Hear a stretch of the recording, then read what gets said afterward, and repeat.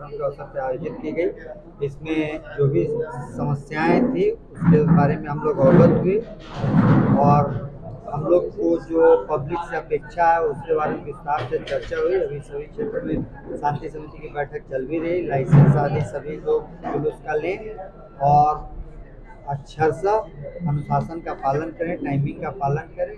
इसके लिए सभी को बताया गया और क्या क्या इनको करना है, क्या नहीं करना है।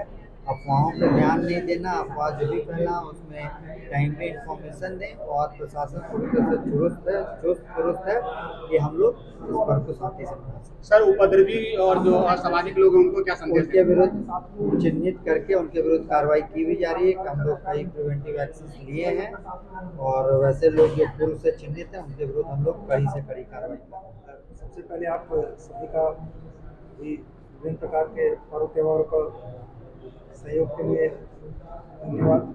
अभी श्रावणी मास और मुहर्रम पर्व के अवसर पर सभी जगह पर विभिन्न शिव मंदिरों में, विभिन्न घाटों से शिव मंदिर तक आने जाने वाले रास्तों में पब्लिक का आवागमन है। साथ ही मुहर्रम के ताजिया और अन्य जुलूस के लिए इस समय काफ़ी भीड़ भाड़ रहता है। इस सब दृष्टिकोण से शांति समिति का बैठक उपनयन मंडल में आज किया गया।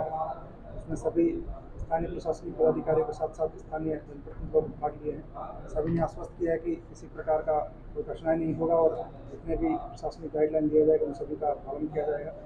सभी जगह पर प्रशासनिक निगरानी रखा जा रहा है। सभी जगह डेपुटेशन भी पर्याप्त संख्या में फोर्स और मजिस्ट्रेट का किया जाएगा और साथ ही जनप्रतिनिधियों के सहयोग से, सभी सम्मानित नागरिकों के सहयोग से सभी पर्व त्यौहार सभी जगह पर पीसफुल एनवायरनमेंट में करवाने के लिए प्रशासन कटिबद्ध है।